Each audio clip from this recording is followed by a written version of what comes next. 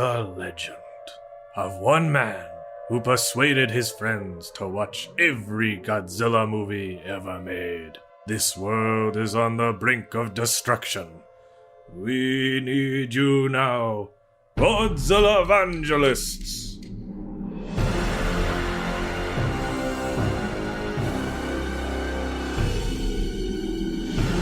Godzillavangelists, a Geek Stew Network podcast, produced and hosted by Ryan Sargent, featuring Sam Schlenker and Joanna Brodecki.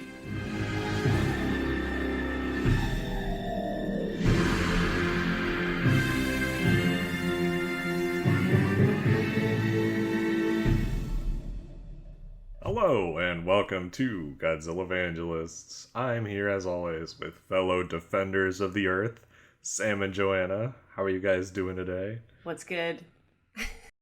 We're good, Ryan. Happy to be back. It's been a regular amount of time since the last one. A regular amount of time. And also, not here in a regular amount of time is our returning guest, Charlotte Spangler. I'm happy to have her back in the hot seat. Hello, glad to be here. Charlotte, how does it feel to have your third dalliance with giant monsters? I feel like such a pro. And this time when I watched this movie, I was like, I should probably start watching Godzilla movies that aren't for this podcast. I feel like that would give me a little bit more intel. Every time I'm like, wow, look at this new thing. And you guys are like, this happens in every movie. I'm like, got it. Every movie. Literally was going to be the comments I started with. No.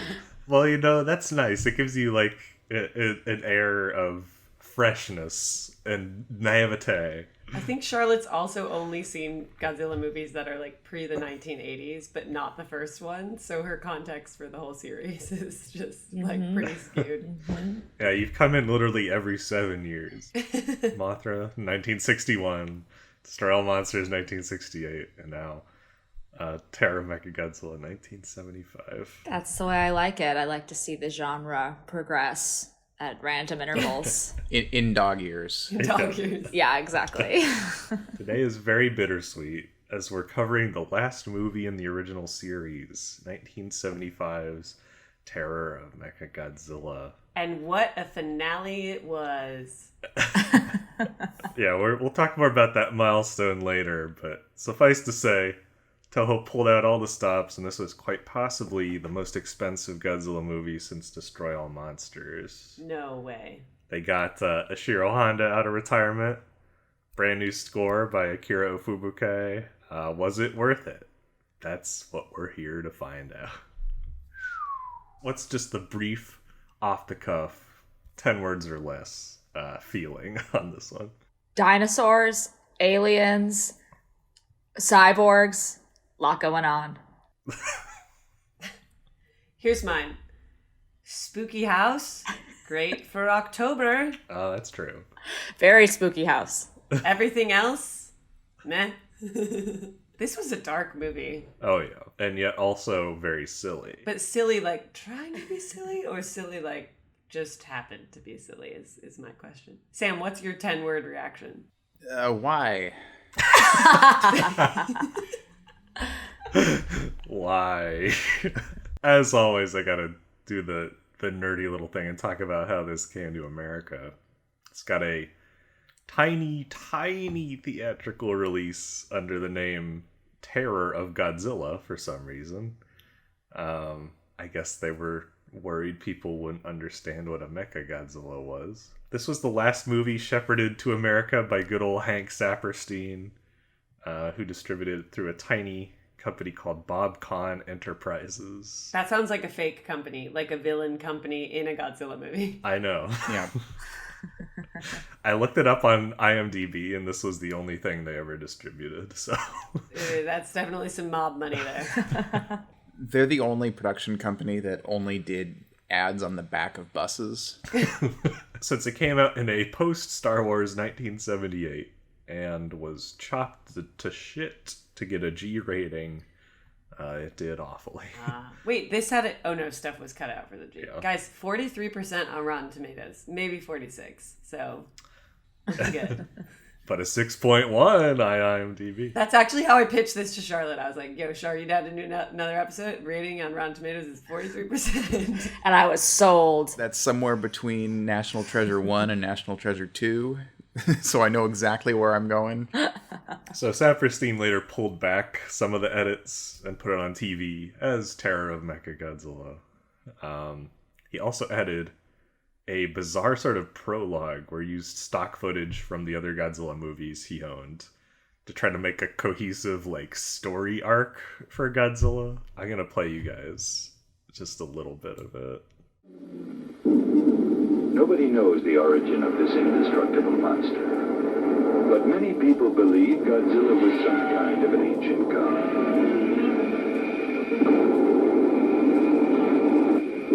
Others felt Godzilla was a prehistoric monster, awakened from a million years' sleep by atomic explosions. He goes on to Wow. tell a very inaccurate retelling of the Godzilla series up to that point, just by mashing all these movies together. It adds a whole 12 minutes to the film. Yeah. Wow. Wow. Why does this feel like an educational film? Yeah. It is. It's an educational short on Godzilla. This reminds me of the beginning of Les Mis. Like, apparently no one was really getting it. So, like, the prologue wasn't a part of the thing originally. And then they had to explain, like, we gotta let it be known this guy just stole some bread. He's sad. He was hanging out with the priest. Like, none of that was in the original one, apparently. So we make fun, but that's literally what like 50% of my job is making those. Yeah. The most puzzling thing to me is why, because he didn't do that with any of his other Godzilla movies. Why did he feel the need to set up the Godzilla history in this one? I guess because this is like vaguely a direct sequel? Maybe it extended his contract by a few months and he got a little bit more cash. I mean, yeah, it seems strange because it seems like the storyline of all the movies is just like Godzilla's back again. Like, there's not a whole lot of plot to like catch up on, at least for me. But that's because I don't know the plot, so maybe that's my misunderstanding. No, you're pretty much right. The like prologue is pretty much Godzilla is here and the humans could destroy him, but then aliens started invading, so he started helping the humans like an animal defending its territory. And also, there was this thing called Mechagodzilla, and then the movie starts. It's very weird and unnecessary.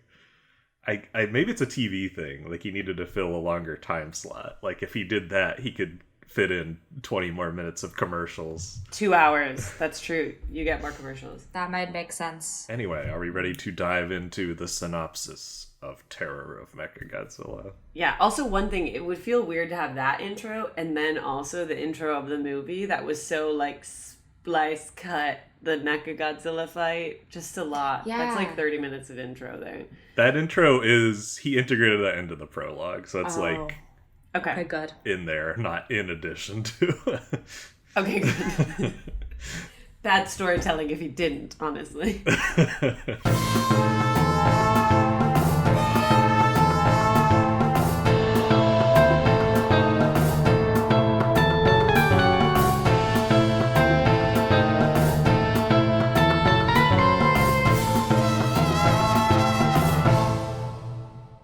Here we go. Sound effects at the ready. Interpol agents search for Mechagodzilla's remains at the bottom of the ocean, but their submarine is attacked and destroyed by a red-finned dinosaur. It's a terrible Titanosaurus impression. You could do better than that. I'm gonna eat your sub. Interpol recruits marine biologist Akira Ichinose to help investigate, and I'm a do-gooder. He discovers that the dinosaur, Titanosaurus, may have a connection with an alienated scientist named Dr. Mafune. Get him out of here. He's nuts. Ichinose and Agent Murakoshi visit Mafune's house and meet his daughter Katsura, who claims that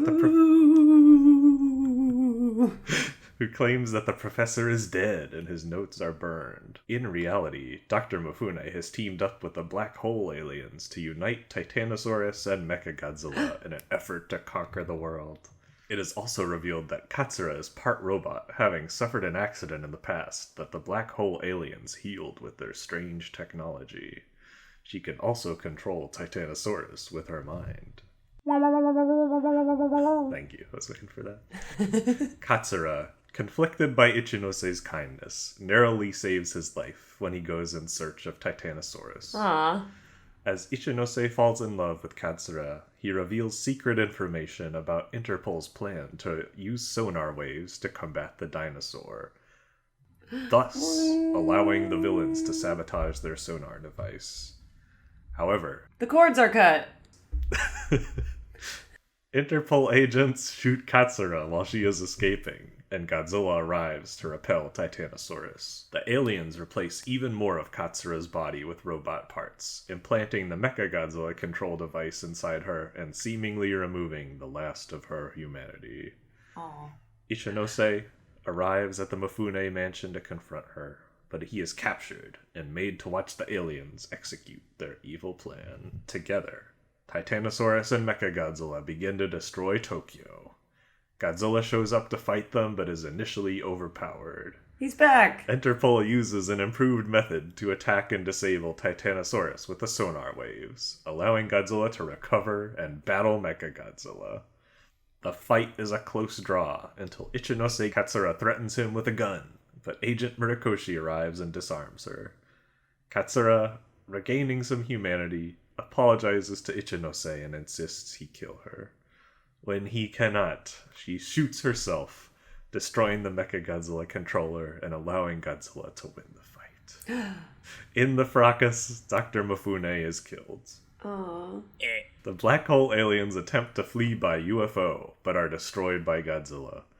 As the sun sets and Katsura dies, Godzilla wades into the ocean one final time. Once again. Are we sure it's one final time? I don't know about that. For the 70s, it is. I don't know. What a movie. What a movie. You sounded like Saperstein there. What a movie. What a movie.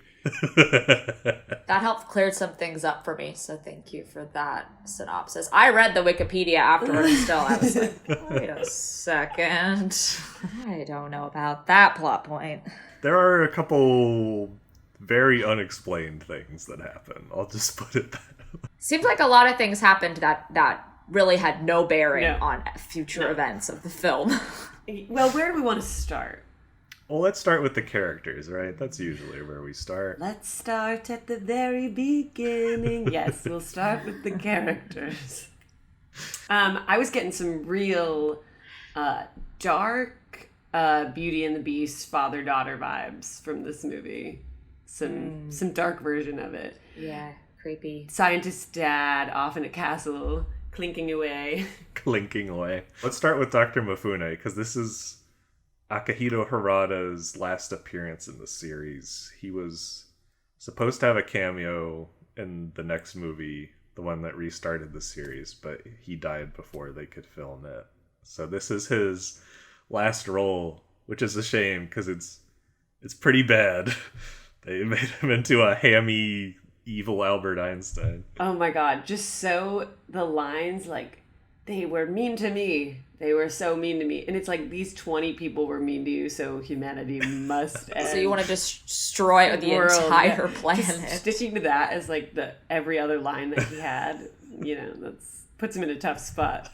Somebody get this guy a therapist, am I right? Also, when he was like, your mother stood by with no complaints through poverty and despair, I was like, whoa, all right. That was weird. Yeah, I was not into those vibes. Yeah. To be fair, he was inexplicably physically beaten just for saying an idea. I always get a kick out of that when we see the flashback. You're like, why are you like throwing him to the floor and beating the shit out of him? Is this what happens in academia? This was a far more violent film. But also, to be fair, he was trying to control animals. Like, was there a need for that? I don't really know. Very nuanced debate there. Also returning, we get Ikyo Sawamura, who played some small but funny roles in past movies. He does not get to be funny. He's the mute butler. That's why he doesn't have any lines. Another returning face. I was gonna say, I don't remember a funny character in this one, and so that makes sense. There wasn't one. No, yeah, he doesn't get to be silly. He did have some good facial reactions to things, so that was his God, there's nothing worse than being in a play and being the only character without any jokes. Not that there were any jokes in this one, but that's a tough place to be in when you know how to tell him. Who was he in some of the other movies? He was the fisherman in Ghidra. He was the weird little Shinto priest in Godzilla vs. Mothra. Very small little moments, but he always got to be wacky and silly. In terms of new faces, we've got Ichinose. What did you guys think of this almost too kind marine biologist? Can I ask, was his behavior endearing in any sort of way? And I feel like I need to ask Charlotte and Joanna this. No, not at all. Here's my thing. There was no connection between the two of them to justify any kind of love bond. Listen, when you watch Romeo and Juliet with Claire Danes and Leonardo DiCaprio, you leave that party scene and you're like, I fucking get it. Their loins and hearts are on fire, and I understand. There was nothing at all to justify this plot point. I mean, she is a cyborg, so what is she gonna give? Right. She's incapable of showing emotion, it seemed, for the most part. But yeah, no, he was a fool. Well, he's also is he the dumbest main character of any of these movies? Because he's Lightspeed stupid. Yeah. I love how he's no, it couldn't have been Katsura, when it literally only could have been Katsura who betrayed him. And I love to, I feel like sometimes there are dumb characters in the past, but they're always balanced by a comedic sidekick too. So it kind of is fine. But in this more dramatic film, also that part where he was a gentle soul or whatever it said, and then it flashed to her being I was this movie's too much. I fucking hate this movie. They didn't have. I would believe it if for a moment they met, and for a moment there was a spark, and then he's even then I don't believe it. He so blindly just believes the good in this woman who his only interaction with her is, hey, is your father home? No, he's dead. Right. All right, bye. And then nah, she's wonderful, so kind and so beautiful. I couldn't believe that she would do anything wrong. Right. You didn't even get to beyond hello, who are you? And I don't know. It wasn't even love at first sight. It was love at first random meeting talking about death in a family. And for any theater majors in the house, she served up a total proof moment of my father's died, I'm hiding his research notes, which that's a very specific one, but yeah, there was no love there and no jokes. There's the writing. I mean, we'll get to the writing in a moment because there's an interesting thing about it. I wish that relationship worked better because in theory it's the most interesting thing about the movie. Moving on to Katsura, it's her first movie role. You can tell. Yeah, you can really tell. Camera shy. You can tell. Mm-hmm. I think she does all right for a first role. Ryan, we could do better than that. Come on. People should, if they're getting the part, if they're getting paid, they should be able to do it. The one justification I can give her, because she had all those dramatic falling moments that she kept doing, and I'm now realizing maybe it's because she's a cyborg, so she is trying to act like a human, is why she's so dramatic and bad at acting. It's not that the actor is bad at acting, is that she is pretending to be an actor as a cyborg. I'll give her that. They programmed into her to act like screen heroines from the 1920s. Yes, exactly. Charlotte, you cracked the code. Thank you. That all makes sense now. Yeah, I just realized that's why. So great choice. Yeah, honestly. Commendable. Well, what's interesting about this is the first and till to date last Godzilla movie written by a woman. Wow. Oh my god, that is so funny. Both the first and last, and the fact that it's just so bad, and the fact that all of it is, I don't know, it's just that's funny. Toho held a writing contest to follow up Godzilla versus Mechagodzilla. Like, the only rule was, like, you gotta have Mechagodzilla in it. The winner was a college student named Yukiko Takayama. And her script was changed quite a bit, mostly for budgetary reasons. Yeah. But the core story of Katsura is what attracted Honda to working with her. And he was very complimentary. He was like, he wished he had a chance to work with her more because he liked her ideas for the series. So I don't know. I also like her ideas. The execution, though. Well, that's what I was going to say. At first, in the first 20 minutes, I was like, okay, maybe I'm here. We're not having 10 million characters. We're keeping it small. It's a little spooky and dark. This could be fun. But then it just got repetitive. Not to say that it was any less repetitive than, you know, a handful of other ones we watched. The whole movie, to go off what you're saying, is shot in a weirdly muted, almost documentary style. Like, the saturation is way, way down compared to other Godzilla movies. It's almost like Vilmos Zsigmond in here. Yeah, it's very quiet, and it's definitely, I mean, it's for a second, again, I was like when they shot that guy, I was like, first I was like, they're not going to do this on screen. And then when they did, I was like, okay, this is darker. I think I went into the movie with the recent hat that I've been putting on of this is for kids. And then I was like, no, this one's not as much for children. A couple choices that proved that maybe it wasn't just for kids. Right. Yeah. You know what's crazy, though? This was still part of the Champion Festival that we talked about, like that fake school vacation film festival that Toho would put on to make money. It was still, like, shown to children so they could run around the theater and eat candy. I mean, I feel like kids over 10, you know, it just doesn't feel as, like, quirky and spunky and bebop boop fun time. Definitely not. Which I kind of missed. And I thought was, you know, I was, like, getting used to it, but I did miss it when it was lacking. The one part of it that's childy and comic booky is the villains. They're just constantly hamming it up. Got Dr. Mifune acting like mad scientist, and Moogle just bullwhipping the people that fail him.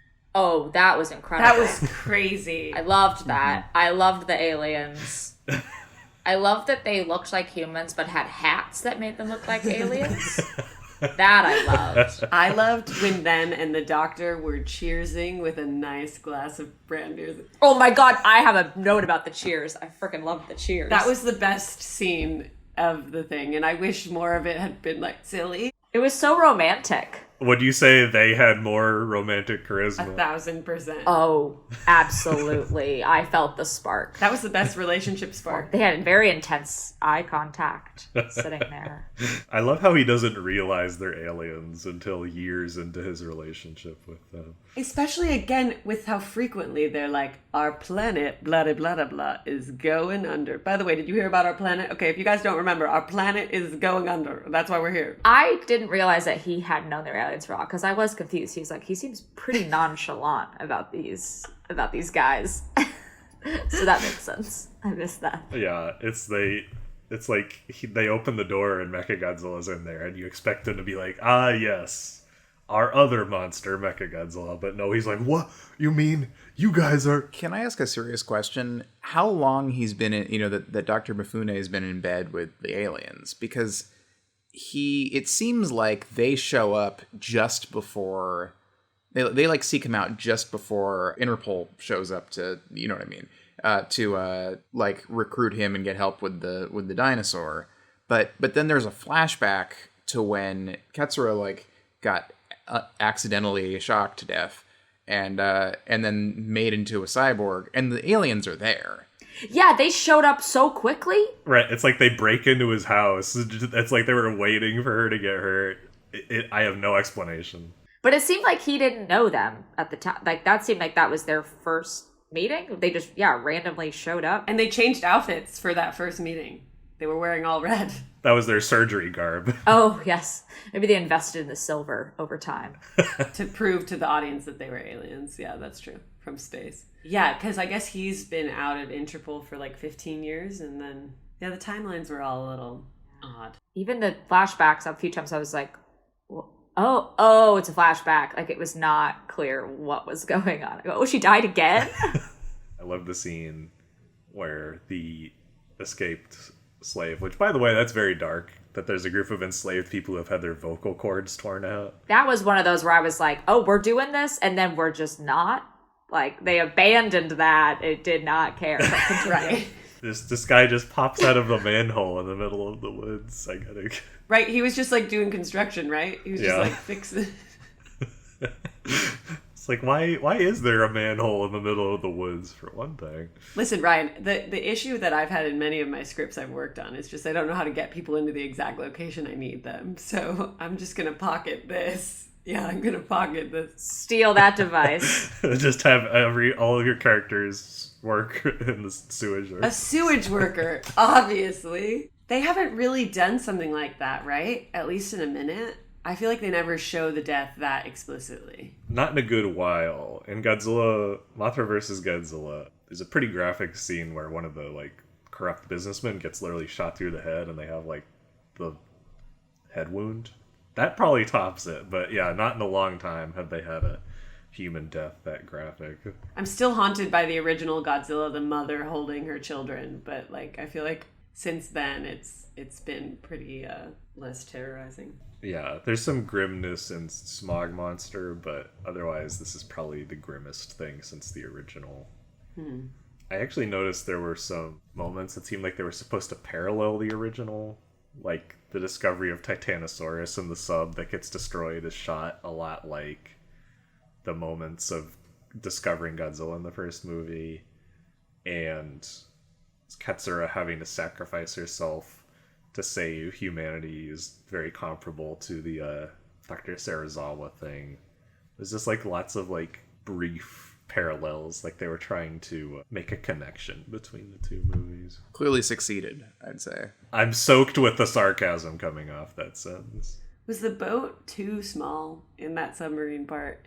When the dinosaur was holding the boat, the toy boat they had looked just a little too tiny compared to how he looked outside of the boat. My main takeaway in that scene was that when Titanosaurus swims, the pose that he makes just looks like a rubber chicken. Like I was like, oh, a rubber chicken just darted through the screen. Delightful. Yeah, he's got that long neck. Mm-hmm. You got it exactly right. What did you guys think of Titanosaurus? Fun. Kind of silly. Yeah. Yeah, I think the main thing fans talk about is he's the only one of the new monsters in the 70s series that's meant to at all look like a real animal. So I think people appreciate him for that. And I kind of like the fin. Was he? Did he? Did he look like a real monster? I mean, compare that to like Mechagodzilla and Gigan and Hedorah, and he's a lot more naturalistic than them anyway. Well, we've already established that the Smog Monster looks like a real character from the McDonald's universe.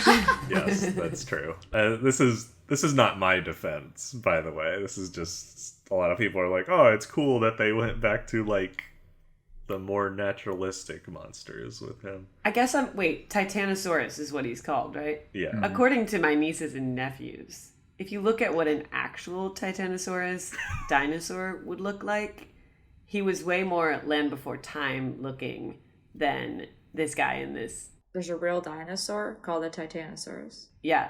He did not have the whoosh. He was more of just like a long neck. But, you know, I'm just speaking for the 4 to 8 year olds in the crowd here. 4 to 8 year old listeners, we're here for you. Yeah, I'm just trying to make sure. I'm sorry you had to listen to so much talk about shooting people in graphically in plain sight, and we haven't even gotten to the boobs yet. But, you know what was funny to me about the Titanosaurus was how much effort and kind of like how like articulated and non animal it was for him to separate his tail fin. Like to extend it so that he could blow wind with it, like so it could be a little sail. Like it was just so funny that he had to it was like a whole thing. He had to be like, you know, tail mode activate, and then it like opens up. Like that's awfully robotic for a marine animal. Well, he is also controlled by a cyborg, so maybe that's why there's a little combo. That's our excuse for everything for this project. Like, well, it was It was robot. Cyborg covers everything. And our boy Mechagodzilla returns. I like his introduction. And I love the theme that a Fubuke came up with him. I always love the intro. I love the rainbows spewing out of him. I love all the close-ups on the twisty-turny gadgets. I was actually like, oh, I'm excited for this guy. Here we go. But then by the end, I was like, took so long to get to him. I'm like, in all honesty, kind of struggling to think of positive things to say about this. But I did think that the two kind of Godzilla entrances were pretty solid. He's going a little like Bruce Lee or something. He kind of was doing a lot of like power stance and punch and kick moves. But the two times he appears, I was like, oh, that's fun. Yeah, this is one of the best Godzilla entrances ever. When he first like shoots the ray out of the darkness at Titanosaurus, and he rises out of the shadows. Like that gives me Godzilla fan goosebumps. I love that. Do you guys see the joy in Ryan's eyes right now? I just want to call that out for the people who are listening. He is glowing. He is fucking glowing right now. That's my favorite part of the movie, no joke, is when Godzilla first shows up. He's not in it very much, sadly. Yeah, he really has to take a back seat in this film, but a lot of other monsters going on. It kind of felt like, was he needed? I don't know. This movie, Sam, let me know if you feel the same. Felt along the same vibe of, we're going to have an hour with like a weird, not really justified plot at all. So we can have 30 minutes of a few monsters fighting, and then it'll end and we'll have accomplished our task, I guess. Yeah, no, I completely agree, except I would even make a small adjustment to that, which is that I think that by 30 minutes of fighting, you mean 27 of those minutes are them just sort of standing and going at each other. Because I was like truly, the movie is like, okay, it's an 83-minute movie, and structurally it's like 55 to 60 minutes of like robo love, and then it's like 20 something minutes of and like, but that's not them fighting each other. That's like them standing off and like breaking stuff. And then there's like a brief, there's like a little bit of a tussle, a little bit of a rumble, and then it's over. Little rumble. And that's the classic Terror of Mechagodzilla 3X structure we're talking about. Sam, I can tell you're very sour on this because I feel obligated to like defend it. Well, it wasn't that bad, but also I can't muster that much effort for Terror of Mechagodzilla, sadly. Ryan, which was the movie recently where you were hating on it, and Sam was like, "It was pretty good." It was Singular Point. Well, I'm glad we're back in our true to form format. We are. I'm not that far apart from him on this one, though, or at least I don't think so. The last two things I have to say about the monsters are I love the tiny second head on Mechagodzilla. It's like, aha, the problem was he ripped the head off the first time, so we were prepared for that. It's a tiny little nub head. And I love the bit where Titanosaurus somehow picks up Godzilla with his mouth. It's like the kiss of death, and he swings him across the, 100 miles just with his jaw string. He's very impressive. I did like that they always call back to that jaw crack. Those monsters are always trying to crack each other's jaws open. So they're consistent in their behavior. There are some compositing mistakes in this movie. There's one shot where Titanosaurus and Mechagodzilla look like they are literally 1,000,000 feet tall because the composite was done wrong, and they're like hilariously out of scale. There are a lot of mistakes with this movie. Didn't you say it was like the most expensive one? In a while. Definitely not the most expensive one. The budget didn't Good. compare to anything they did in the 60s, but they spent the most on this than they had in probably 7 years. It's wild though, because we did just watch the first Mechagodzilla, which was cheaper and looks A little bit, Yeah. considerably better. Yeah. Like, I mean, and that's crazy because I mean it's still like a janky ass movie, but like this, I mean, yikes. One thing that did escape this movie had a bit of a legacy, or at least this is my theory, because I always like Katsura's green flashing eyes. That's a good image. And I can't prove it, but the timing of this movie's UK release in a certain seminal music video always made me suspicious. And let me show you guys this.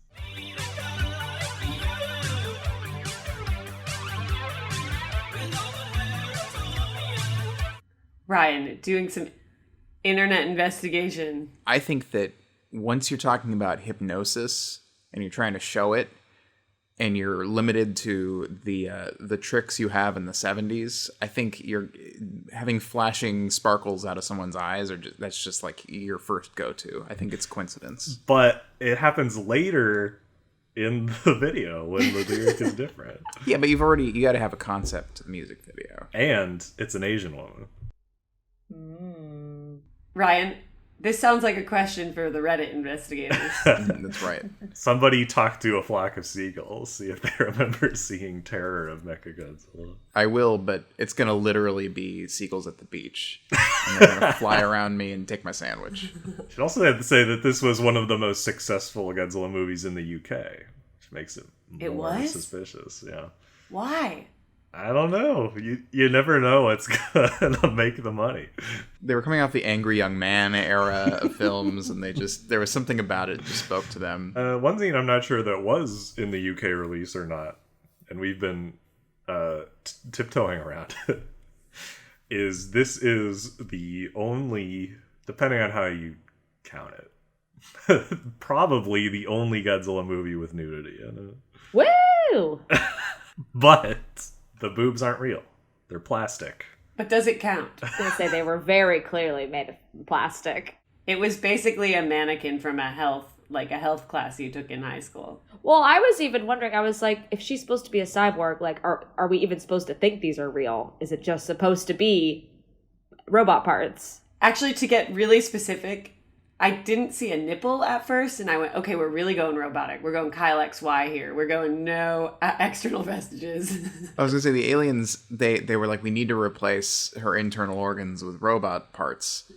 Also, should we give her robot boobies? Yeah, all right. Yeah, why not? I actually know where this prop is from, though. Another series I love from the 70s is Lone Wolf and Cub. And there is a famously bizarre shot in one of the movies where it's like a close-up of a samurai sword like slashing like horizontally through a woman's breasts, and it's from the same mold as that. It's the same. I think it's funny just thinking of that compared to like Westworld today. It's just like miles different. Yeah, this is the original Westworld, basically. But the fact that they were plastic is resulted in a great joke on the commentary, because one of the like, it might count, is in another movie you can see pinups on the wall, and so the guy on the commentary says, if you want nudity in your Godzilla movies, you've got your choice of paper or plastic. Which one has pinups? The one we skipped, so we'll get around to that. But yeah, it's very tonally dissonant. It feels like very out of place in a Godzilla movie, because you're just like, whoa, where did that come from? These movies are so chaste, and they're so like, I mean, this is the same movie where a man briefly meets a woman who says her father died, and then he goes on his way and is like, no, I'm in love with her. Love at first sight.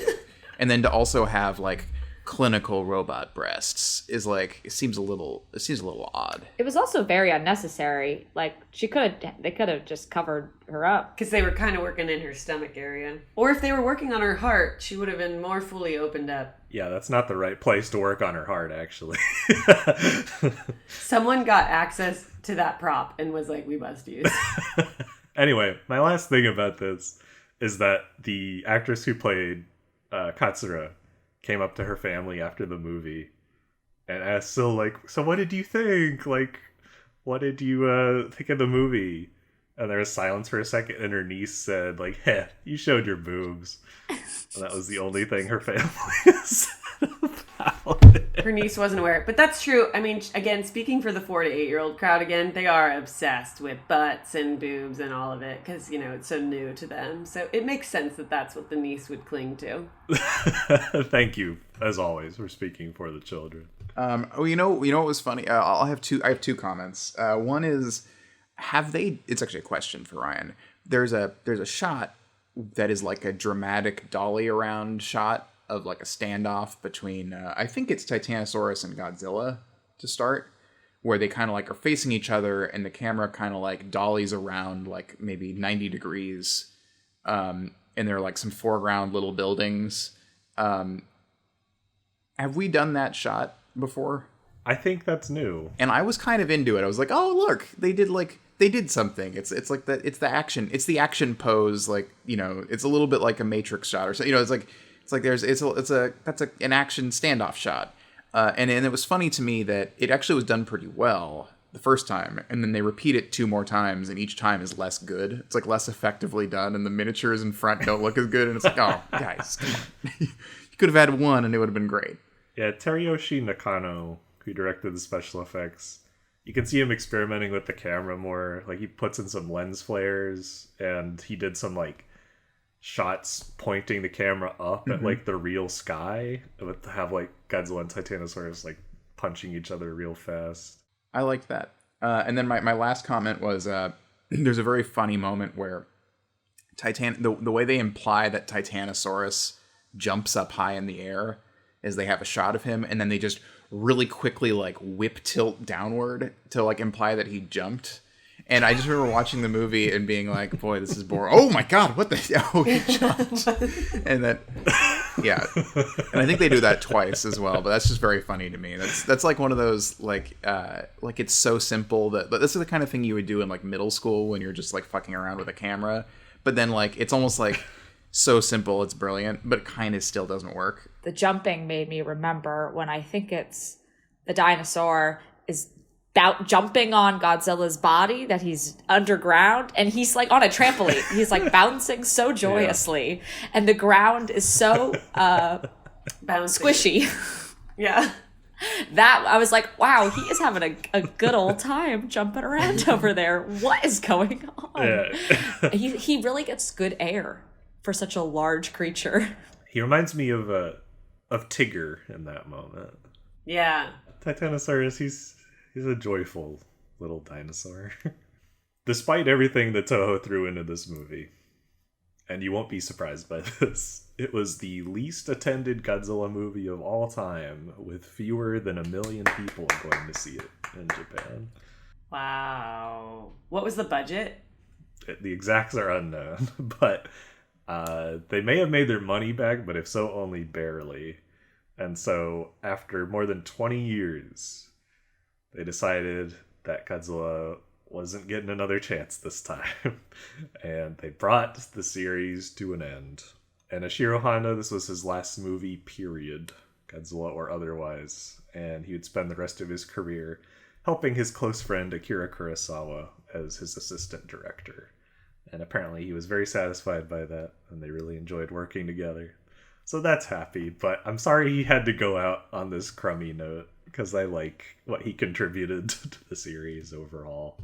And it feels sad to leave this era behind, especially on this note, because most of my favorite movies from this series come from this era, and I don't know if it was ever quite as boldly weird going forward, or at least rarely was. So yeah, this is our big goodbye for now to the original Godzilla series. Goodbye for now. I'm so curious to see if the next set is like significantly different, or if it is from some people's opinions, and if I can catch it. It is and it isn't. That's how I'll put it. Any goodbye thoughts? I mean, maybe we'll come around to some of this later, I'm sure. But any thoughts from Sam and Joanna on the end of this era? It's been a long era. God damn it. Again, those are my closing thoughts. Will the next ones really be any different? It's like, I think it's like when we did Joanna and I did cross country in high school, and it's like when you finish a race, you're just like, ugh, I need to lie down for a bit. And then later you're like, boy, remember all those like specific moments in that race where I passed that person, or like, and I'm glad I did that. Well, I'm in the part still. All right, the end of this race was pretty miserable. What was the beginning of this era? Which film counts? The very first one, technically. Oh shit, they all count? Yeah, technically they're all part of the same continuity in a very loose way. Oh, I'll miss the silliness if the silliness doesn't come back, which wasn't shown in this one, but I'll miss like I'll miss our 60s surfer silly, beach fun times. And that cute little boy from the one that I love. You could be talking about any of 5 different characters. Exactly. Keep it vague for the audience. They can guess. Mm-hmm. All monsters attack. Yeah, I'll miss the silliness, but I won't miss Rodan, that's for sure. Well, he's not gone. You know you're going to see Rodan again. Oh, well, then I spoke too soon. Then I'll end right there.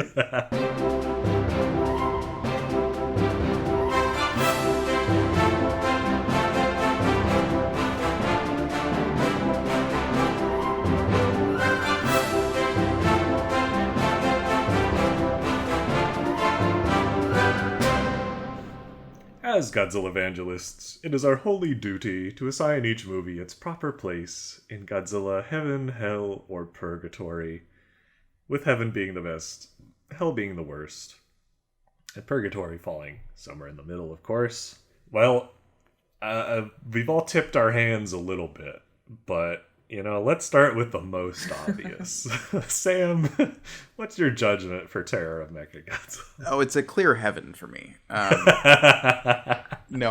So here's the thing. So I think I have such a hard time judging these because we're doing them one at a time, and I kind of want to go back and rejudge a bunch of them because I feel like this is a hell, but I also feel like is it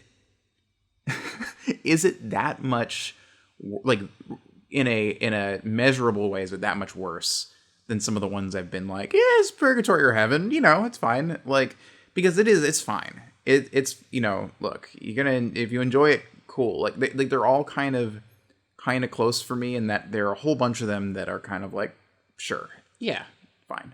That's kind of how I feel about basically all of them. Is this one actually better than Rodan? I don't know.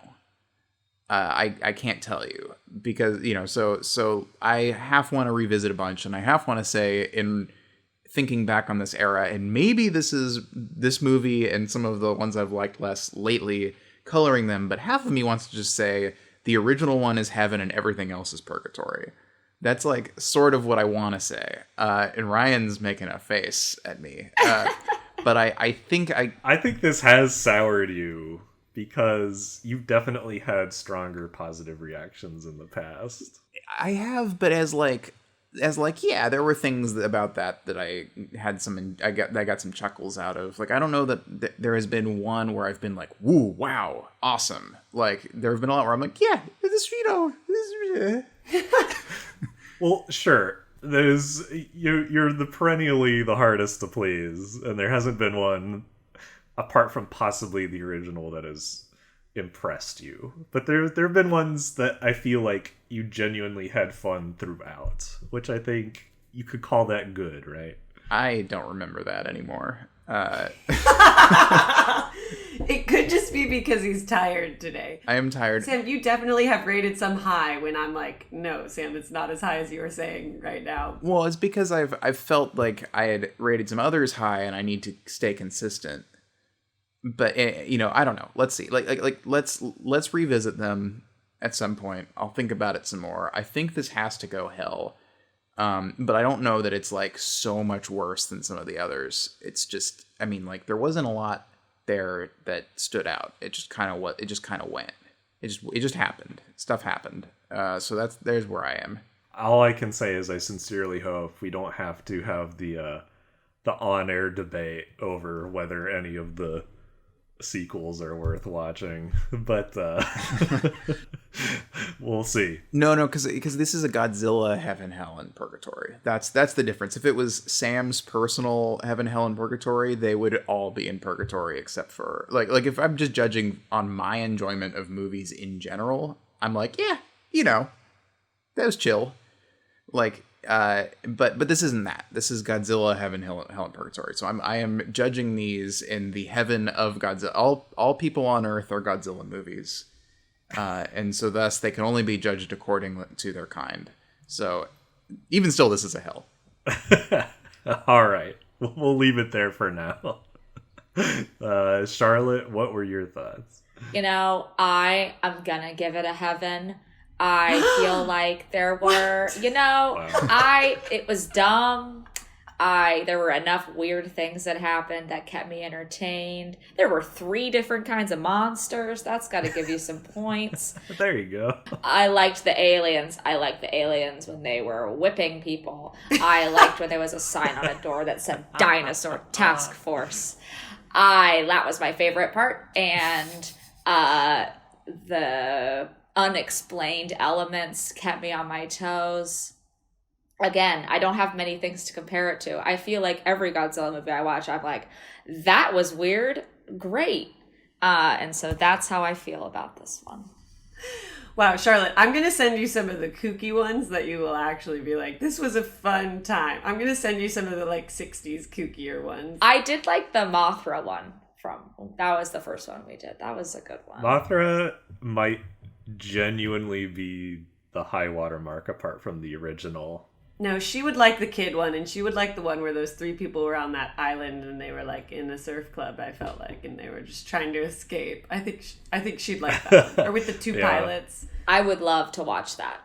Definitely send her some recommendations. See, I love that. And I think we've hit on something, which is that after seeing 70 of them. I mean, I'm going to be kind. I'm going to be kind and say about 5 of the ones in this series stand out.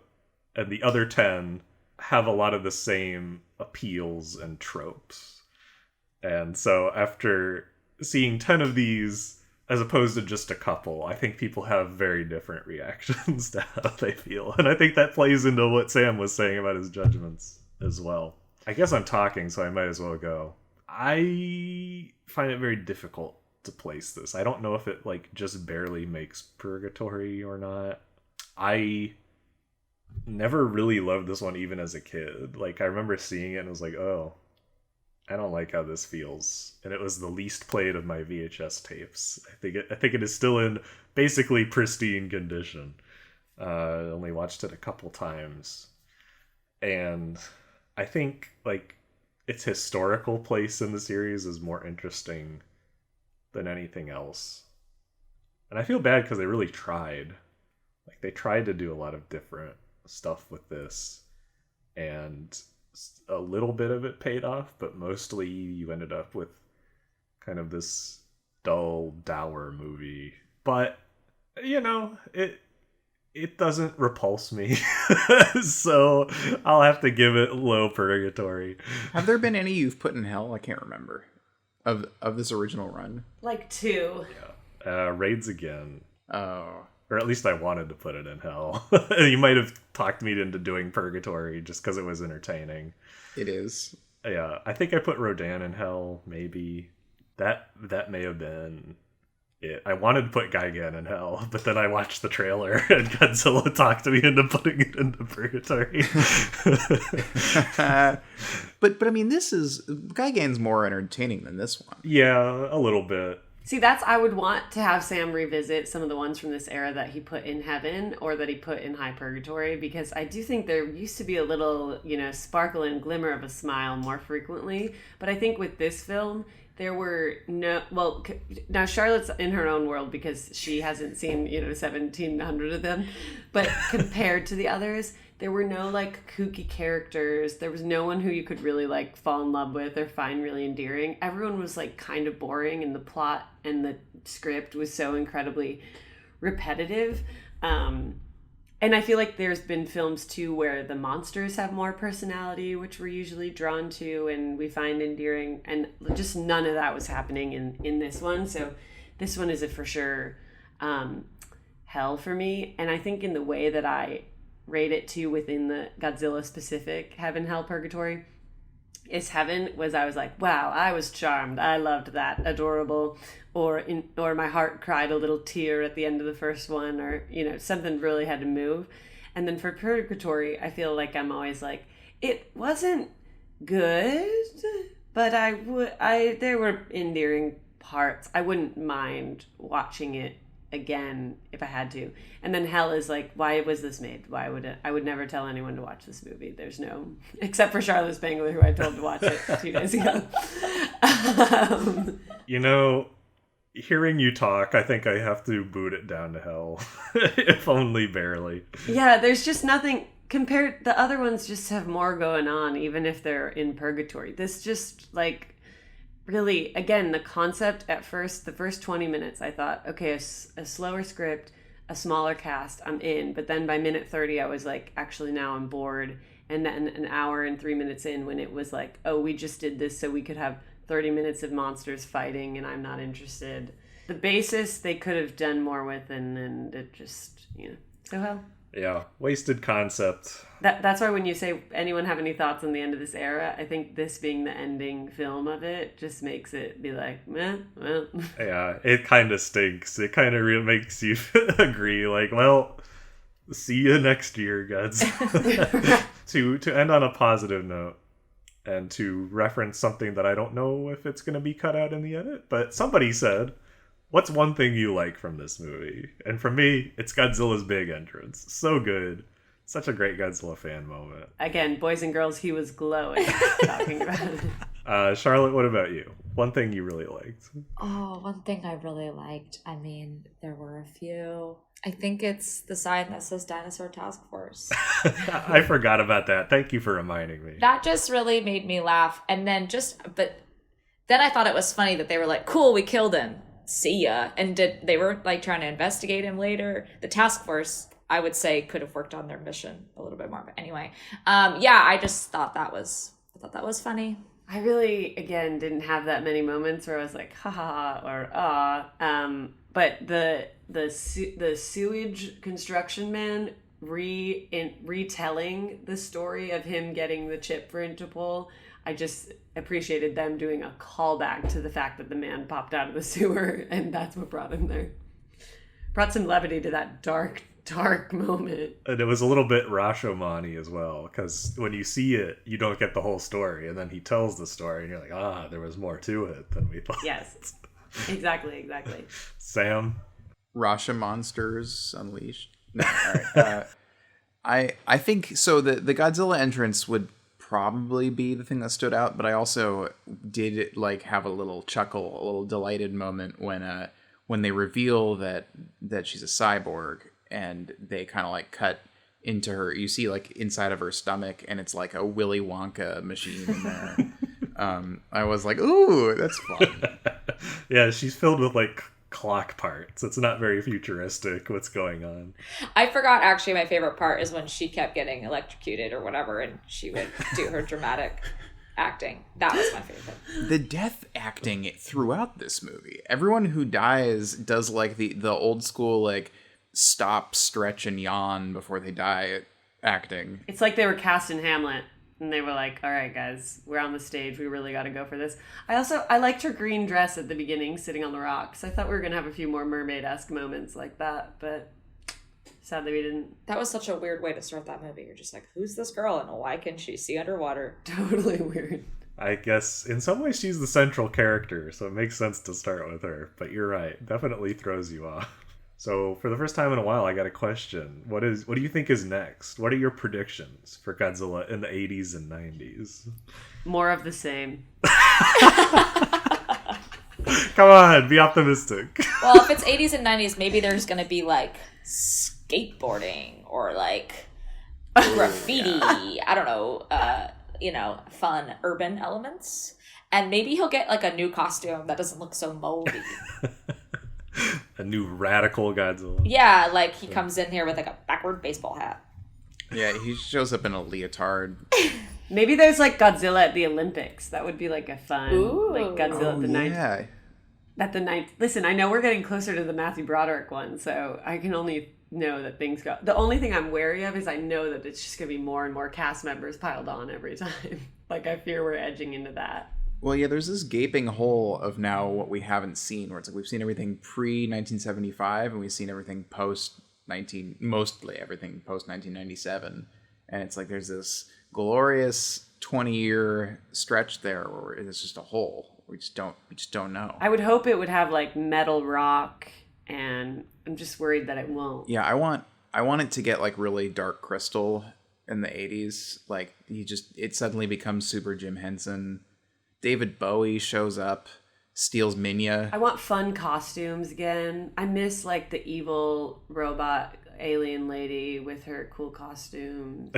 I love it. Ryan, are we on track or what? Not at all. Damn it. One of the monsters is just a monster that represents Reaganomics. That's the closest prediction you've had yet, weirdly. Oh my god, Sam, you win a gold coin. Yeah. Mothra wins the war on drugs. Ryan, are any of them like funny? Can we expect any kookiness? Oh no. This is the most self-serious era of Godzilla. I might have to skip this era. Call me back in 15 years. I think the first couple, you guys will be interested to see like the changes of the era. I think the next 5 are gonna be a slog for you.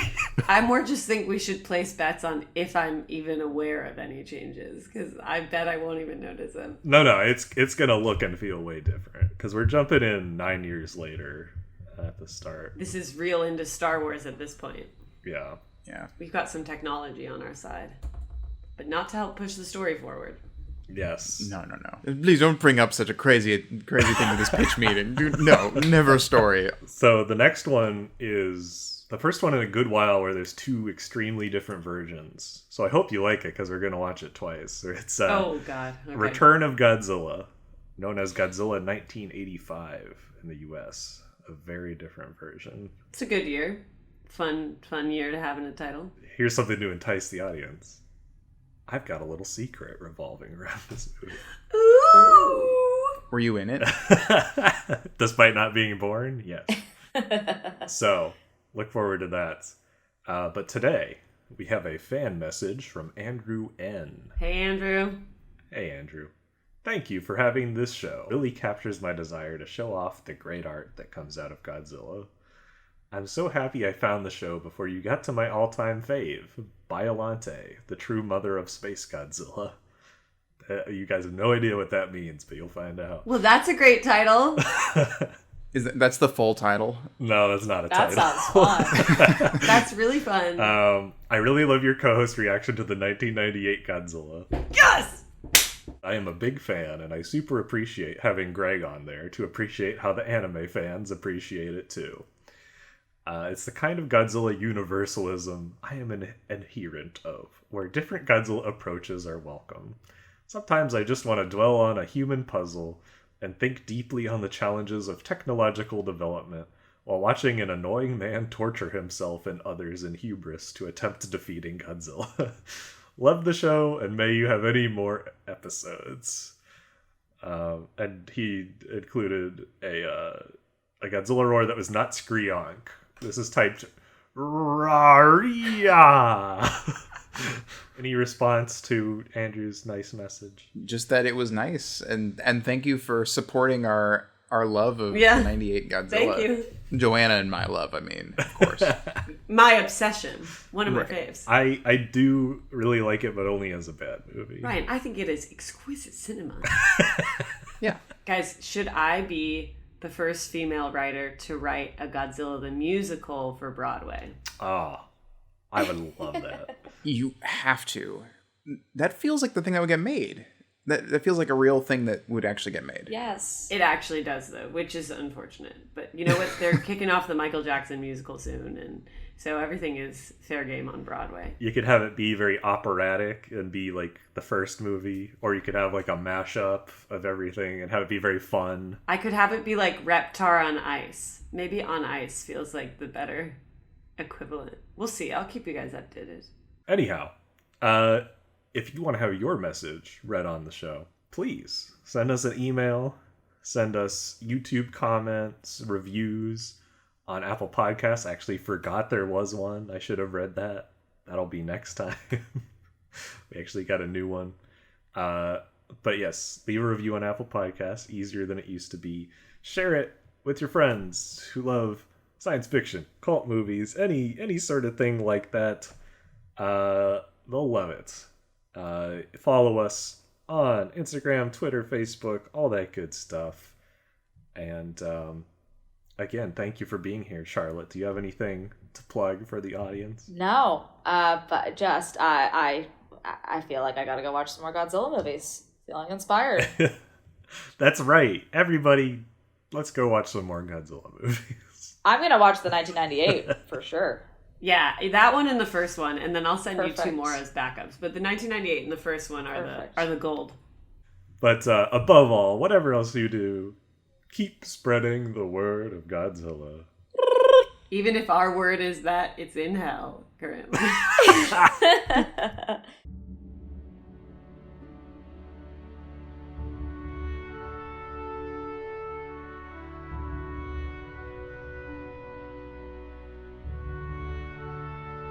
Godzillavangelists is produced by me, Ryan Sargent, with support from my friends Joanna Brodecki and Sam Schlenker.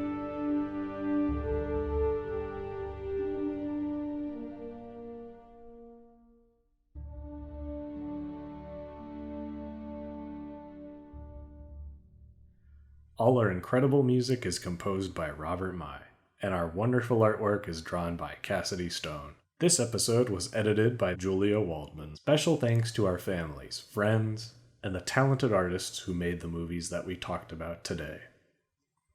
Godzillavangelists is a satirical, critical work, not affiliated or endorsed by Toho, Legendary Pictures, or anyone behind the Godzilla series. Visit our website at GodzillaVangelists.com. We're also on Twitter at GodzillaCast and Instagram at GodzillaVangelists. If you prefer to listen to us online, we have a YouTube channel. Thank you so much for listening, and we hope you join us again next time. In the meantime, keep spreading the word of Godzilla.